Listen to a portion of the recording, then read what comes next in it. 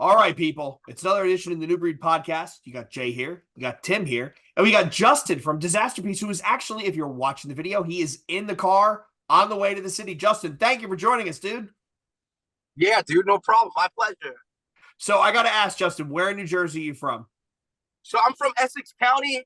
Well, I'm originally from Brooklyn. My family moved to New Jersey at an early age, so I grew up in North Jersey, Okay. uh, in a town called Livingston, which is Essex County. It's Oh, about okay. like 30 minutes from New York City. Right now, I'm over in Clifton, that's where the venue Dingbats is. My girlfriend, she's the promoter at this metal club called Dingbats in Yep. Clifton, which I think is Passaic County or Bergen County. And so I have to run an errand. I just left her place in Clifton, and I'm going into New York City to pick up something, and then probably come back to Jersey and go to the gym. But yeah, North Nice. Jersey, you know. Yep. I actually grew up in Bergen County. I grew up in Saddlebrook, so I know exactly where Dingbats is. I know I'm Clifton. I sick. know that whole area. Yeah. I had no idea you were gonna say that, dude. Yeah, it's That's what's up. as soon as I saw you're from New Jersey and then North Jersey, I'm like, all right, this dude and I have definitely been in some of the same places. Yeah. Yeah, what are the? Let me name some old venues. Oh, Sick Block Tell Your Murder hat, by the way. Thank you. I'm gonna name some old New Jersey venues, and let me see if do you remember Bloomfield Ave Cafe? Yep, yep. And are you gonna next? You're gonna name the cricket club, right? Yeah, some Yep. of my first hardcore shows ever were at those places. There was I used to go to Rexplex for the Uh huh. festival. Yep. The Uh, the final Hellfest was held at Rexplex. Yep. Yep. yeah, and I saw tons of shit. Rexplex was crazy to me as a little kid seeing shows there. There was School of Rock in Hackensack, Yep. Yep.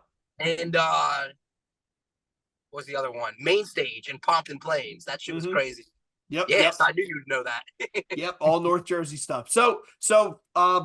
Justin, we'll get started with your music is eclectic in the most amazing way possible, right? You pull Thank from you. a lot of influences. Thank So, I mean, you've obviously there's some hip hop, there's some new metal, there's some more aggressive stuff. Like, what was the stuff that you grew up listening to that led you to put the music together that you put together now? See, I love that question. That's a good question because I like being able to explain this, especially for people who only knew me as a rapper. Because I was always in like grindcore and metalcore bands before I was a rapper as a teenager. And I really just wanted to bring it back, but not abandon everything I've done originally as Dizasterpiece. So to make it shorter, like a summary of like what I listened to, it started like this. Uh, when I was a little kid, I'd watch MTV when MTV still played music. Uh, I saw Limp Bizkit fade, and then Nookie came out, and I said, "Oh, that's that band, that's that band." And Mm-hmm. remember, like I asked my parents, can I get Significant Other?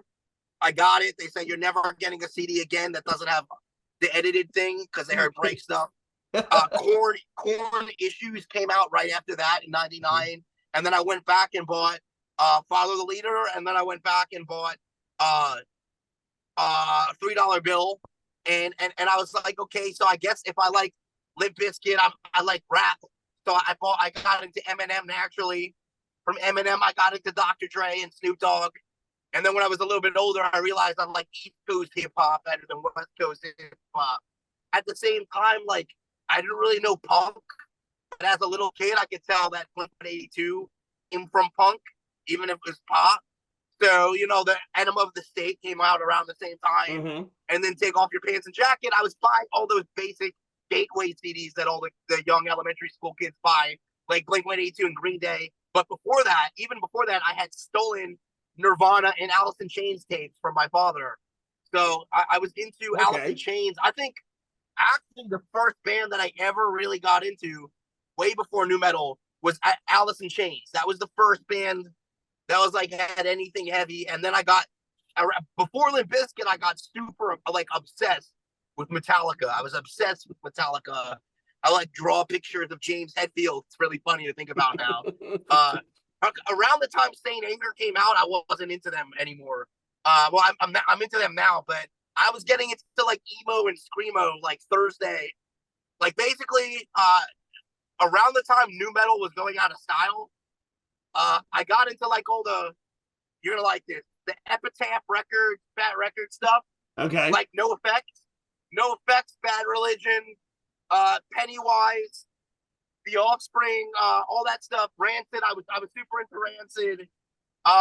And then right away, like I went to my first Warp tour, and then I was like into Taking Back Sunday, Sense of Fail, The Used. That's when screamo emo was the big thing, and nu metal went out of style.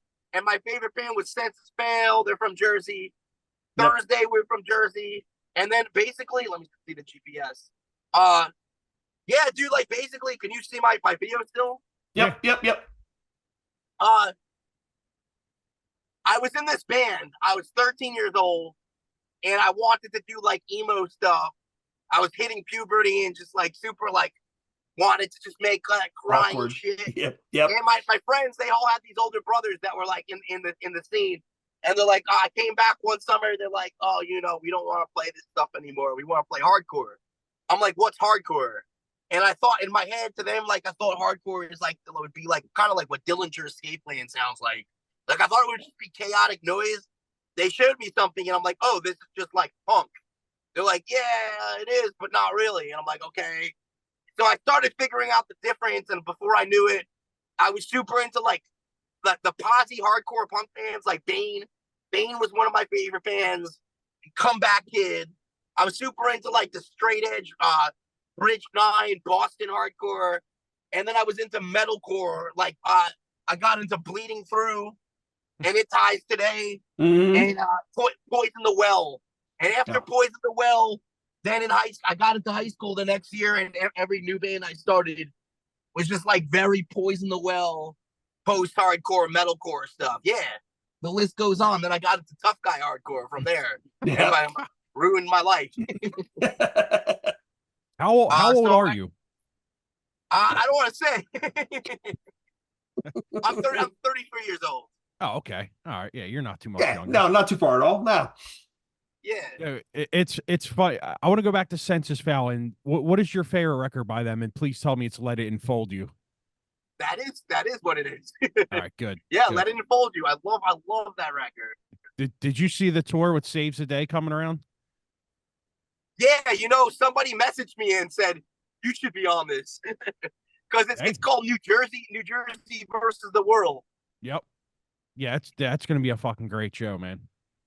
I have to go to that. I wish I wish there was some way we could get on that. At least the Jersey Day. Hey, you never know. Narrowhead's not playing it, so there might be an open spot. Oh shit! Yeah, but that's at Starland Ballroom. We're actually dealing with them for something else, trying to get on this other thing we got over. But they asked us to sell tickets. They hit up our booking agent and asked us to sell tickets, and she's like, bands on our rosters don't sell tickets, but they'll play for free, which we don't really do anymore. But for the big exceptions, we'll play for free. We don't want to sell tickets, and if we could, we'll find a way to finesse that. I really like Narrowhead a lot, though. Yeah. I want to talk about the ticket selling thing because I do feel like that's corny as hell. I don't like when bands have to do the promotion. Cut out. Give me 1 second. Can you hear us now? Can you repeat that sentence? I'm sorry, you cut out. Yeah. I could. No, I was saying I'm glad you guys won't sell tickets because I feel that's super corny for promoters to make bands do that, especially in 2024. It's like, come on, man. Yeah, you got social media. Enough of this shit. What is that? That's we did. I think. Yeah. So that's some lame way to make some young band pay their dues. I think that's fucking horseshit. It's horseshit. Well, I guess I like when I see some bands doing it because I know that they had to do what I had to do. But well, yeah. But there's also listen to this. These young kids, and I'm not that. I'm right in the middle of it's a good spot where I'm at because we got the young heads into us and the older heads into us. It's cool, but some of these young bands, they actually don't understand what paying your dues is. I don't want to sound like an old head when I say that. I guess they don't really understand respect and how to pay dues. So at least when I see them selling tickets, I'm like, okay, well, at least there's some kind of work, blood, sweat, and tears they have to do that I had to do. But on the other extent, It is corny. It gets corny. I think that if you're a band, you should sell tickets a few times and then declare, okay, we're past that now, and then not allow it from there. I can agree with that. We used to do that like until 2017, 2016. I think we stopped actually. Yeah. How long has I looked up your past stuff and it was mostly hip hop, right? Under Dizasterpiece. Yeah. Is this the first record you've done as a band? Because I didn't see anything else. Okay. Yeah, this is our crossover rebranding record. Something I've wanted to do for a long time. Dizasterpiece was originally just a solo, it was a side project. It was my rap thing. I liked it. I mean, ironically, it got more momentum than all the other bands I ever did. So the whole time I was in Dizasterpiece for 10 years, actually, doing the only DIY hip hop tour stuff, I was trying to start other bands on the side. Like I was like, I'll keep Dizasterpiece and I'll start my rock band, I'll start my metal band, I'll start my post-hardcore band. And they'd fall through, but Dizasterpiece was always there. It always had momentum. So I figured, why not just make Dizasterpiece a band and I could keep the hip hop stuff? But it's because Dizasterpiece was always there. It was always doing the best. So I merged both concepts. And now when it's convenient, I'm a rapper. When it's convenient, like on the last tour, I opened up for Shaggy 2 Dope from Insane Clown Posse. Nice. But some of the other shows were hardcore shows or whatever. And I kind of just like plan the set list each night, depending on the lineup. But it helps us cross over into multiple markets. So I'm happy with it. Now we're a band and we're going to stay a band. But sometimes when it's relevant, Dizasterpiece is a rapper, so. That's actually super smart, man. Yeah, it is. It is. Mixed bills are coming back, and the younger generations, it seems to me, they're getting back towards the way we were in the early aughts, where it's like, yo, give me give me a grindcore band, a sludge band, a hardcore band, and an emo band on the same bill. It seems to be like that's a draw now. Like, look at the Sound and Fury lineup. Look at some of the festival lineups. They're starting to pull all these different pieces, which as a fan is kind of cool, man. You can't listen to deathcore for like 6 hours at a stretch. Your brain leaks out your ears. That's what I'm saying. It's like you got to switch it up. And I like authentic. I want it to be a breath of fresh air to people, and I think that's what they're saying it is. It is. I feel like people be like, "Oh, cool," because you make music that like what we just did for the new record, and people want to brand it as throwback. Not throwback. People can make it's they'll take the nostalgia and they'll make a negative. It reminds me of high school, which I guess is cool. But I'm trying to say, like, we wanted to do the old school in the sense of what some of the new music is lacking, but in a new way. So it doesn't sound dated, and people seem to be saying that's what it is. Yeah. I mean, the record is fucking great. I mean, I forget. I don't even remember how I heard the Nosferatu single when you guys put it out, but I was like, holy fuck, this is good. Because there's not much. There's a lot of like, because obviously I was like, yeah, this is new metal. To me, it's new metal. I mean, your voice. I mean, please tell me Daryl Palumbo is an inspiration for you, because the vocals are definitely Daryl-esque. So right next to Buddy from Senses Fail, Daryl Palumbo is a main influence. My main singing influences, and you can tell, I think people, they say they can tell, are Daryl Palumbo, Chino Moreno from Deftones, Buddy Nielsen from Senses Fail, Adam Lazzara from Taking Back Sunday, and I guess I didn't realize how much of the Used there was, but people, once it came out, people said the Used too. Bert from the Used. Okay. Yeah, Finch, but mostly Daryl from Glassjaw, mostly Buddy and Chino. So yeah, I mean, you fucking nail it on the tracks, man.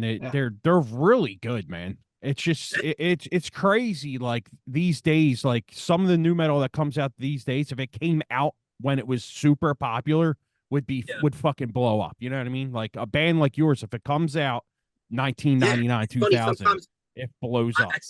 I'm saying that to my girlfriend. I'm like, yo, it sucks that like I wasn't 10 or 15 years older and put this out back then when it was the thing, but I could see now confidently that it was meant to happen like this.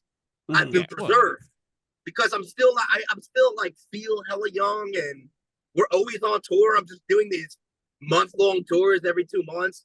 I got so much in me. Stay out. This is like the best I've ever felt or looked, or my music sound. And as Gen Z, as the younger heads are super into this early 2000s, 90s stuff again, and they're super into like trip pants and Jinko jeans came back, and you just have everybody dressing alternative and getting into alternative stuff, right? We get to become a forefront for what that is now in the new wave, the NU, the new wave of what it's going to be. And I think that that's cool, rather than a band from back then that's nostalgic. We're a new band that has those elements, but like we're people like, whoa, where did they come from? And then you find out I'm a rapper and I've been around. I think wrong timing, wrong age. Meant to happen and someone said that, like, I don't know, somebody said, like, I think this is a massive compliment, and I don't want to sound arrogant when I say it. Somebody said, like, what Limp Bizkit and Fred Durst were for nu metal, how they became the poster child of it, the forefront. Dizasterpiece will become that of the new wave, and I took that as a big compliment. So one of the things that caught my ear, Justin, is it's real easy to throw a whole bunch of shit in a blender and try and put it together, and then it comes out kind of janky, right? For lack of a better adjective. And your stuff doesn't come off like that. You can tell there's a lot of influence. Tim said it to me. He's like, yo, you got to listen to this. And Tim sends me so much shit.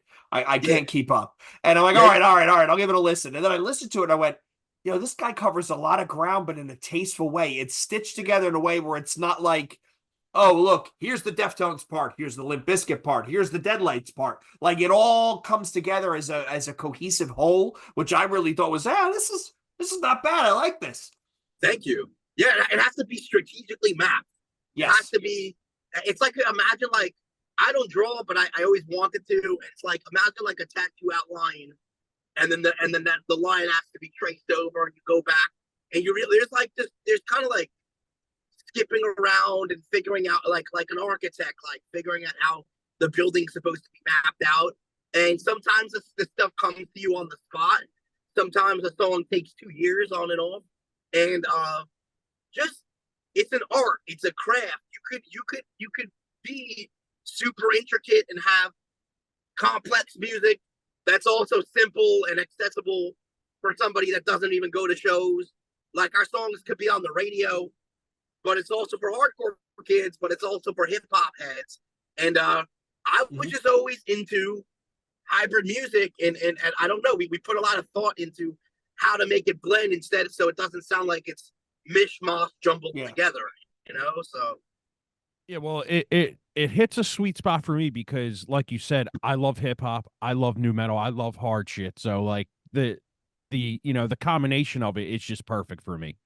It's just like one of them records where I'm like, dude, I'm so fucking glad I found this, because this will be the record I listen to for most of the year, where I'm just like, yeah, this is what I need it right now.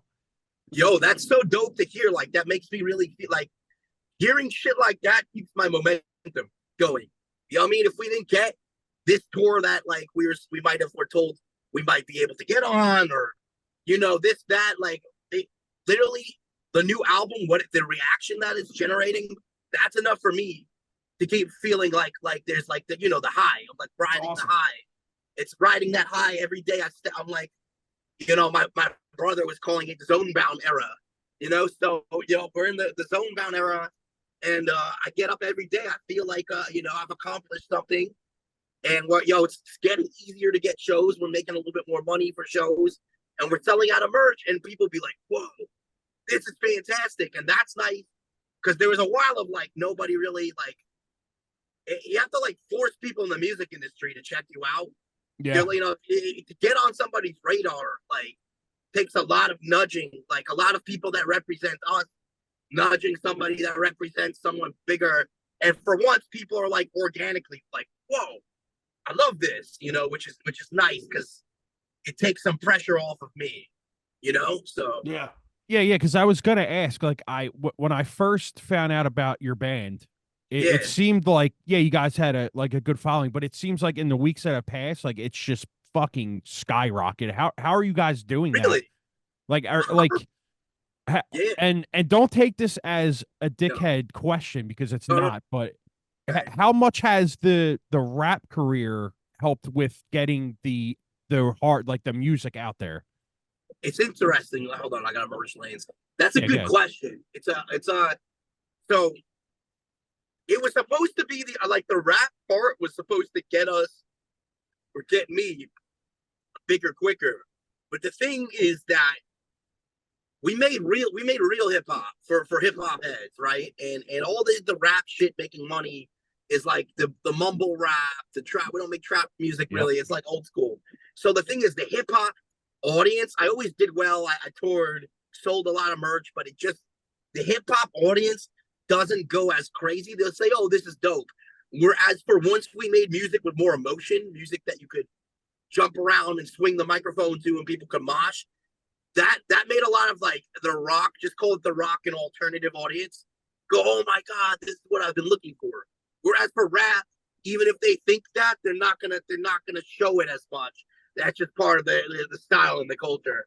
So being in hip hop it got me a lot of credit in the underground. It got me a lot of connections in different circles, different cliques, and that it's still to this day it's easier to get certain shows because of what I did in hip hop.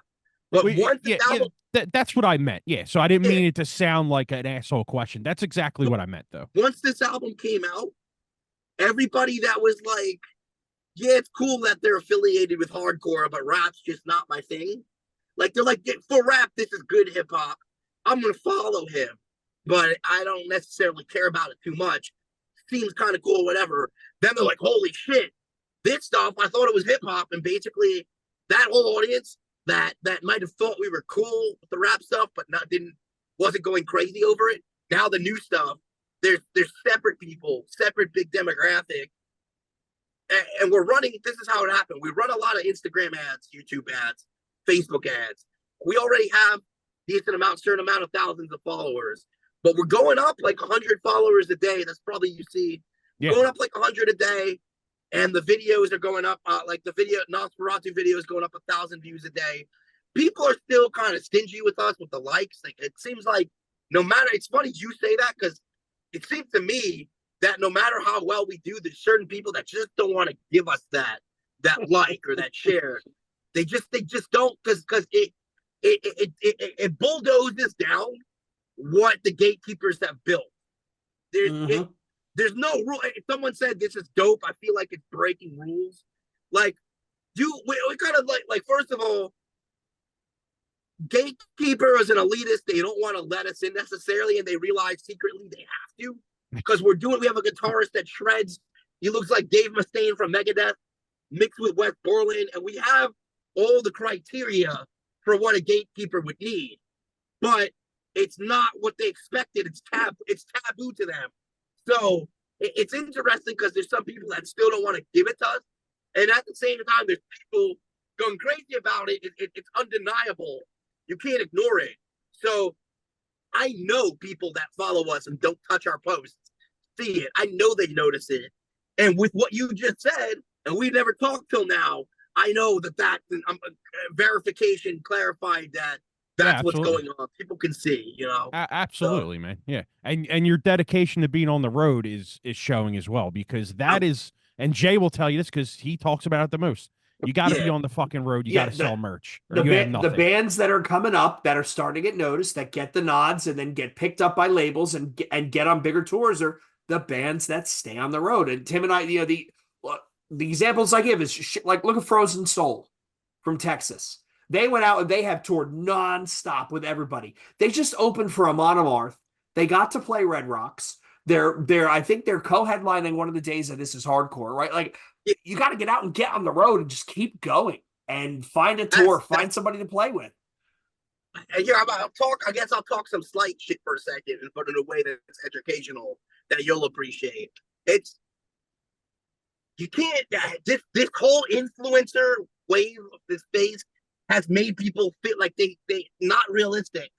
Like you're not just gonna go viral and pop off. You can and you will maybe here and there, but real life is what matters the most. Okay. Yeah. So if you're not, doesn't matter how many followers you have. If you don't have fans, it don't matter. So we like to go. We still make our followers important and try to build our followers.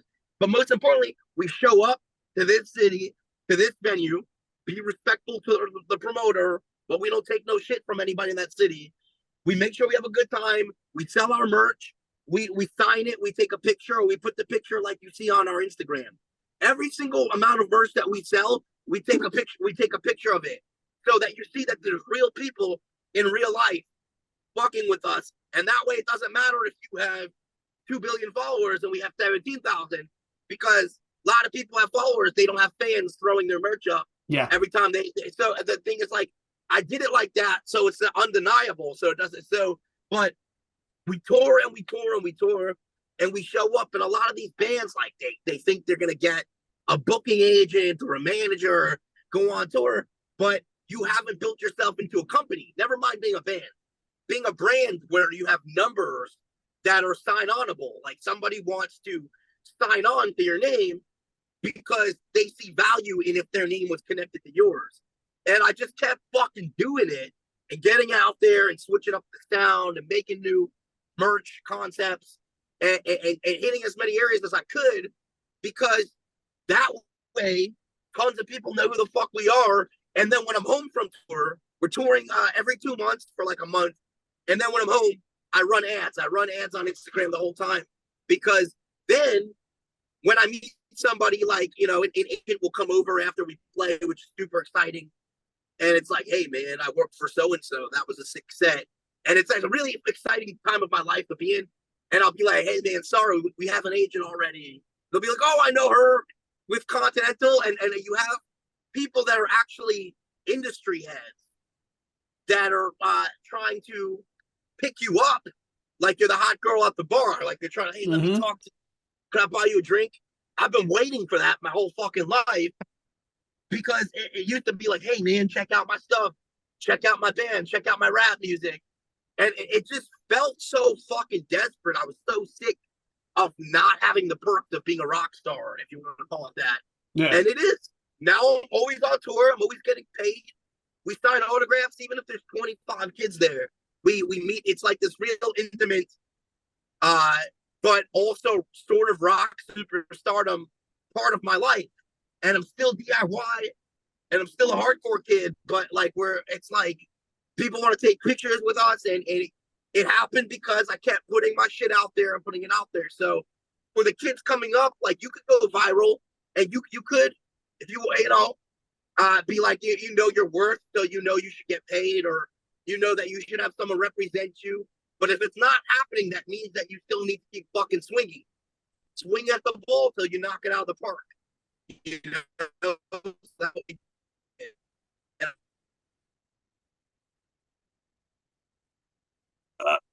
Yep, lost him for a second here. Yep. I think he's disappeared.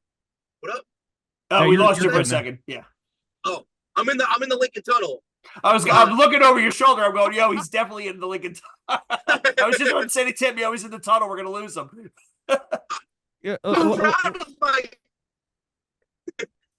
We'll wait till he gets out of there. You hear me now? Yeah, a little bit. I'm sure once you get out of there, it'll be better. So funny. Basically, you hear my audio? Yep. Yeah. You're good. I'm just for every amount that we move forward and people think that the record's dope, that makes me feel better about like certain promises in the industry that were made that didn't happen yet. So.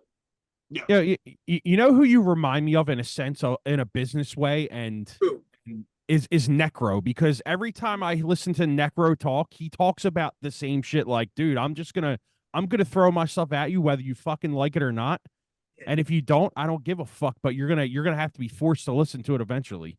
And the dude is correct, man, because he's like an underground fucking legend in hip hop for doing shit like that, man. I look up to him. I look up to Necro. He's a Jewish rapper from Brooklyn. Yeah. And he's DMS crew, Black and Blue. You know, that's Madball, Scarhead, that's their crew. So Necro's deep in all kinds of cliques, and I think he should have been bigger. I think that Necro should have been fucking bigger than he is. He was on Sounds of the Underground tour. Yep. 2006 or 2007. He was getting booed off stage. I don't know why, so he left the tour. But we played with his brother recently, Ill Bill. You know Ill Bill? Yeah. That's Necro's older brother. And we played with Ill Bill the other day, recently. And I take that as a compliment that you just compare me to Necro. So. Yeah, and some people would take that in a wrong way because, like, he does act like a fucking idiot sometimes. But at the same time, I think it's all for him to just, get his name out there, and I can't fault him for it at all, dude. You gotta be a douchebag sometimes. Yeah. And he makes ridiculous beats still. So I know, right? He's sick, dude. Like sick, him and Hyde. I fucking love Mr. Hyde, man. Mr. Hyde's dope too. Yeah, it's just like everybody. I put that stuff on. They're like, "How do you listen to this shit?" I'm like, dude, the beats are fucking amazing. First of all, and yeah, if you can't take the horror rap stuff, then that's fine. I get it. But like them dudes, man, they just keep grinding, and it's you have the same business sense. I fucking love that, man. Seriously. Thank you. I appreciate that. That's awesome to hear. So Justin, who are you out with right now? Who are you touring with? The Bunny the Bear. Okay. They were on. They're like electro core, warp tour, core vibes. They were on Victory Records. I don't know what label they're on now, but we have the same book agents, so we did it, and it's cool. It gets us. We did a short tour with them in January, and it went good. And there's a bunch of East Coast dates, but now we're gonna do. We do like a week with them, and then I guess a lot of these bands don't want to tour for more than a week. I guess I don't know why. I guess because it's financial reasons, but they're gonna do. So we do the Zone Bound Part 2 tour, and they're on it. We're gonna support them. They're gonna be the headliners, but then they break off, and we go to the West Coast, just us. Okay. And they tell us, it's hard. If you're not a headlining name, it's hard to go out by yourselves, but. Yet again, against the odds, like we're totally fine being. Come on, hold on one second. New York traffic. Yeah. we do totally fine going out by ourselves. We have the promoters just find locals that fit, that open up for us. And the thing is, like, some people that are like, I don't know. Sometimes people want to act like, oh, I don't know what to do with this band. It's all over the place. No, it's easier. It's easier to find openers for us because you can find emo bands, you can find tough guy hardcore bands, you can find rappers, you can find spoken word poetry guys. It don't matter because we have a little bit of everything and it's intricate. So the promoters that like are smart, they understand that and they just tell our agent, sure, I'll take the show. Send an offer. They send an offer and they take it. And then sometimes we have death metal bands. Sometimes we have, we have it's always a guessing game, like, yo, what kind of people are gonna open up for us tonight? So to answer your question for the beginning of the tour, it's like, we go out with a bigger band and then they break, and then it's kind of just us relying on the openers in each city. And we make friends, like the ones that are cool, that they say hello to us, they shake our hand, they buy merch. We make sure to like hit them up every time or like we tell our booking agent, put them on the show. Right. So we're using our old school punk rock ethics as we're trying to be a big band, because anytime like the promoter was like, oh, I don't know them, they haven't been here, okay, fuck it, I'll take it.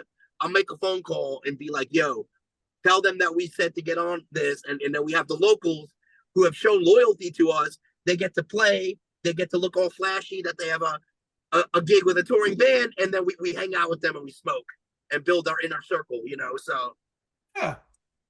So you're networking in an old school way. Okay. Yeah, and networking in an old school way while actually trying to break into the mainstream part of the music industry. We want to be on the radio. Is that your goal right now, is to just break mainstream? Yes, that's my goal. Okay.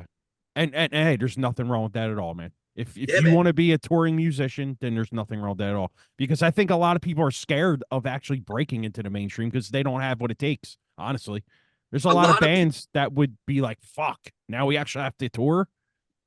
they don't believe that. People look at me sometimes like when I talk about shit, like like I'm arrogant. Like, who does this guy think he is? I know what I am, and a lot of people don't believe in themselves, so they don't even say that.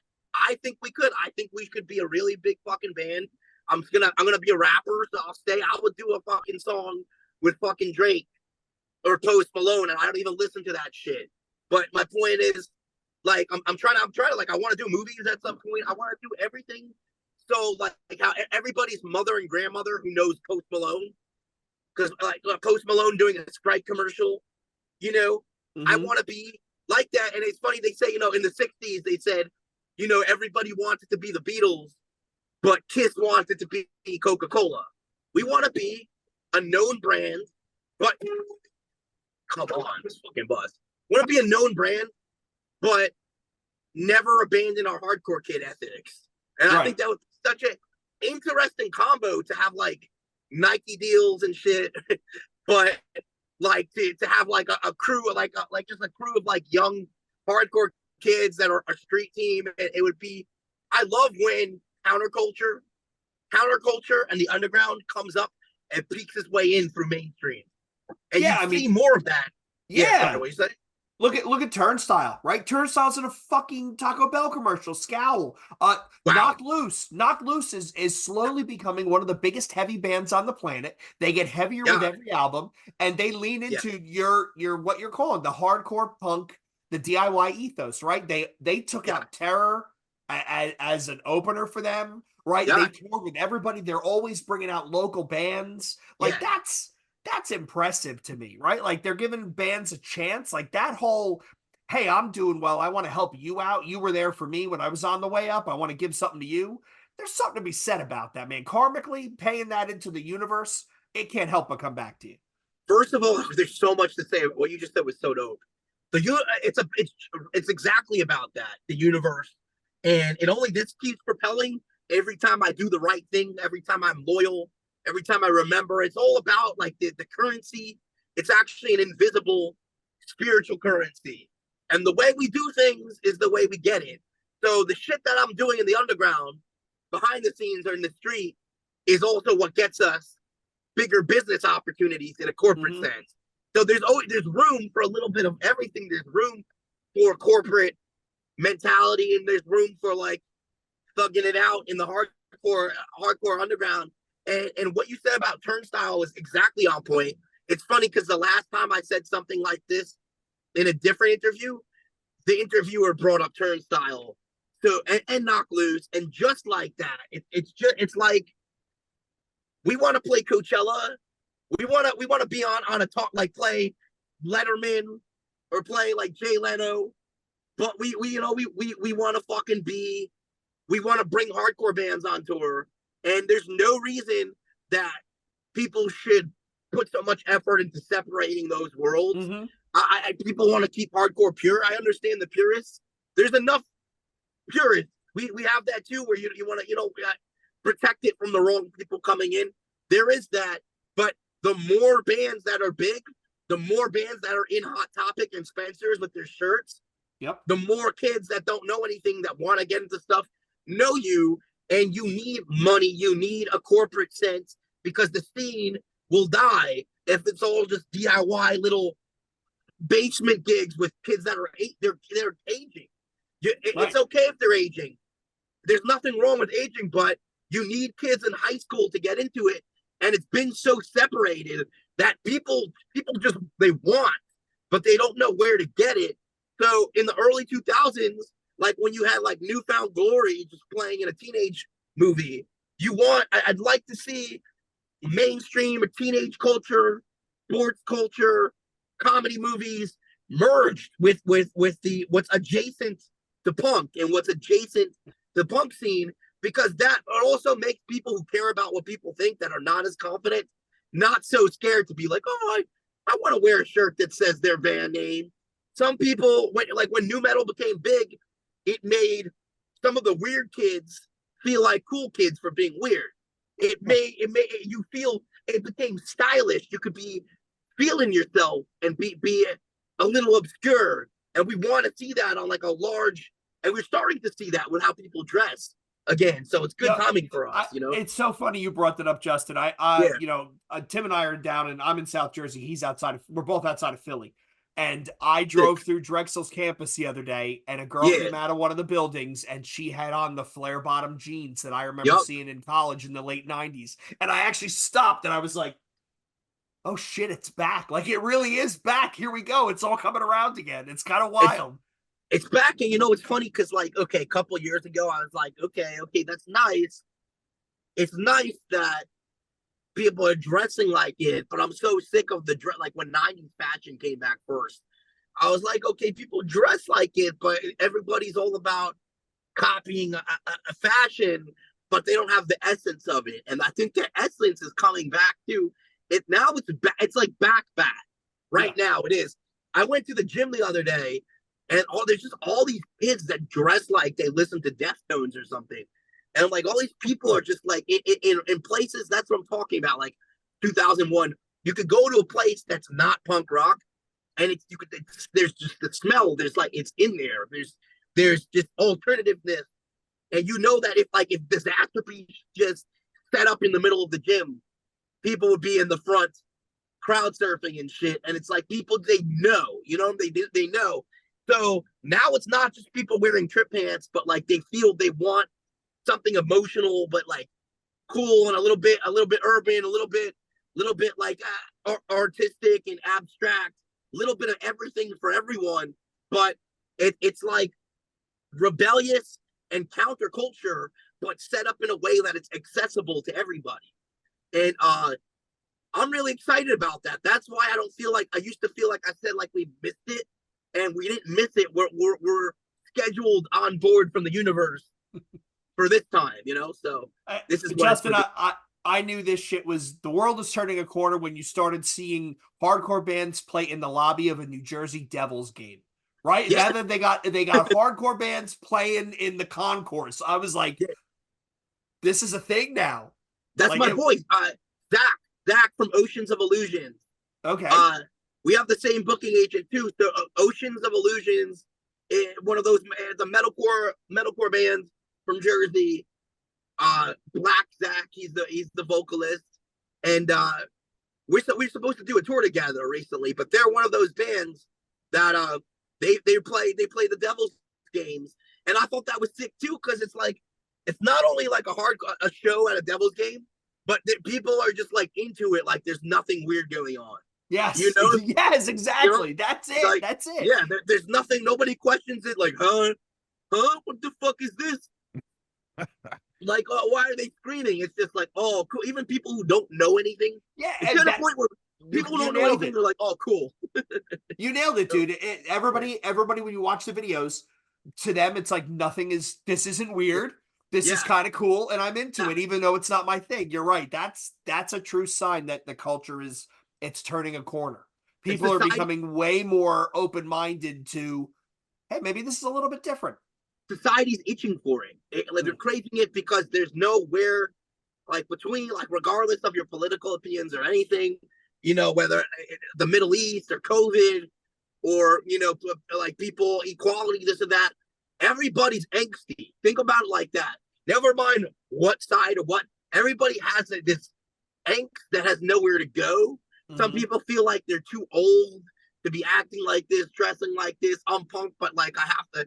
I have a 9 to 5 and my 9 to 5 friends, we listen to alternative music, but blah, blah, blah. I can't act like that. Or somebody's like, oh, I'm past my college days or I'm past my days of doing drugs and robbing people, whatever it may be. So they feel like it's like still this like cautious, adult-like, angsty, but to be a band like Dizasterpiece that we could just set it off and just go fucking crazy wherever, like people start finding a piece of their youth that's been oppressed for a while, and it comes back, and then they're all together comfortably youthful. And I think that society looking for a fun way to press back, where it also is not hurting people. It's unifying, actually.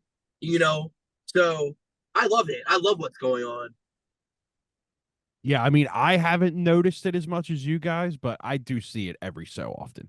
Not Do at you? the gym, but Anywhere. It could be at Six Flags. It's kind of cool to see. I mean, the level of acceptance has really become open where it's again like you could be standing there in the Devils game in a fucking I don't know, in a knock loose hoodie, and somebody more than likely come up to you and say, "Hey, I like your hoodie." You know, Yeah. like it's just part of the culture now. Anywhere. Tim, what else do you got for Justin? um, I think we pretty much hit it. I don't want to keep him too much longer from his errands, so. No, I can kick it. Whatever. You can ask me whatever you want, and All right, so I'll wrap it with this question, Justin. I always seem to hang people up on this one, so I'm hoping you can kill it. So Yeah, your here we go. I band gets got an it. offer, right? And you get to pick who is the headliner. So your direct support, you get to pick who is the headliner, and then who is opening for you. Who are your choices? uh, okay. Who's gonna open for us? So I know who the headliner is. Who's opening for us? I gotta be careful because I don't want to insult them if they hear this, if they're a bigger band than us. Uh so the headliner is definitely gonna be Limp Bizkit. And the opener, let me choose someone that's totally different but would make sense with us. Let me give you something good that would make sense. Uh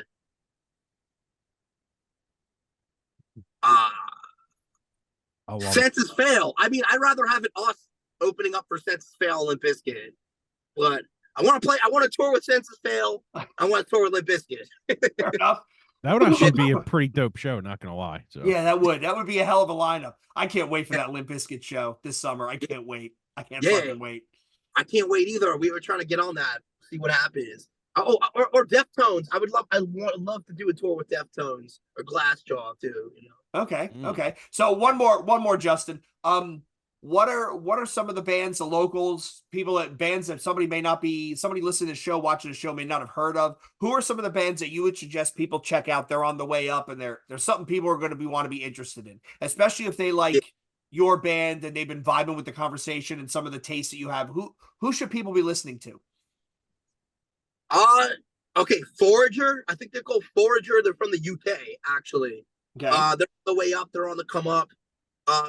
We talked to them. We want to go over to UK and do a tour with them. Somebody who's on the come up that's really good. Okay, there's this rapper named Bluntsworth.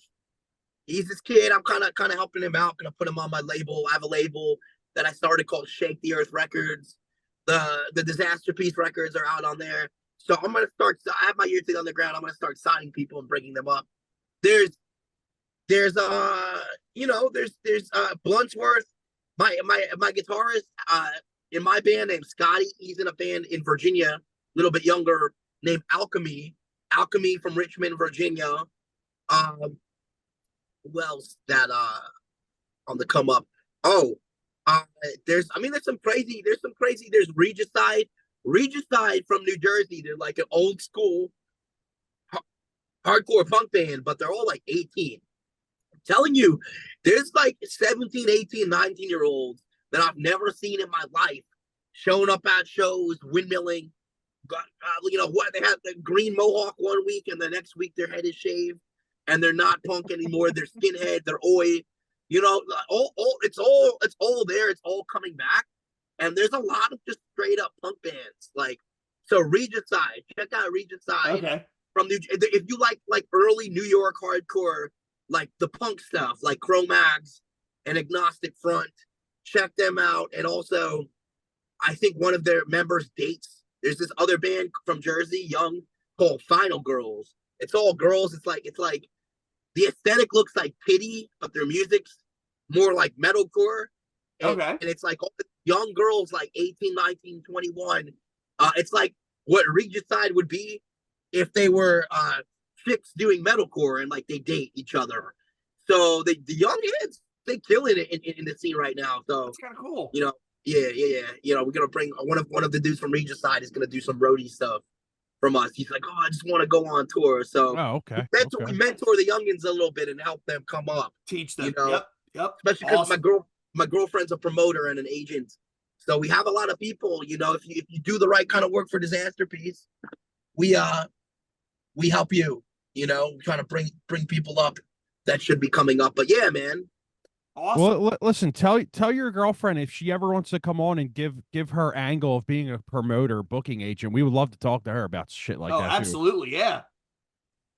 Maybe we should, because we're building her. That's a good idea. We'll talk about that. I'm gonna tell her that you said. Yeah, that'd be a fun. Yeah, chat. absolutely. Yeah. Do me a favor. Yeah, sorry. What up? No, go ahead. I forget what I was gonna say anyway. The link for where she and everybody could watch this when we're done, so I could just send it right to her so she could hear that part. Yeah. You have this will be out in like a month. I'd say about a month. We could put it out earlier if we can put it out earlier though. Okay. And then I'll have to find you on Facebook or Insta. I'll get Dizasterpiece on Insta and I'll send everything over to you. Okay, sick. Awesome. I sent you a message on Facebook earlier to the band page to see if you got the link, and then I realized that it was sent to the wrong one. So just disregard that. Don't worry about it, dog. Awesome. It's all good. So Justin, we'll get to you in when this is out. We'll send everything over and we'll go from there.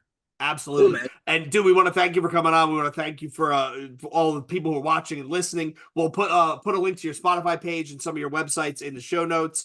And I look forward to running into you at the Limp Bizkit show. And if you're ever coming through Philly, please let us know. Tim and I will come out of the house and we'll make a special appearance downtown somewhere in the city. Absolutely. We're definitely gonna come through Philly, and we'll definitely hang out when we do. Awesome. And when we go to Limp Bizkit, we'll hang out. We'll talk. You'll see, it's gonna be good. And thank you guys for having me. For real. Awesome. Absolutely, thank you, Justin. Man. Have a good one, man. Take care, man. I'll talk to you guys soon. We'll keep in touch. All right, man. See you.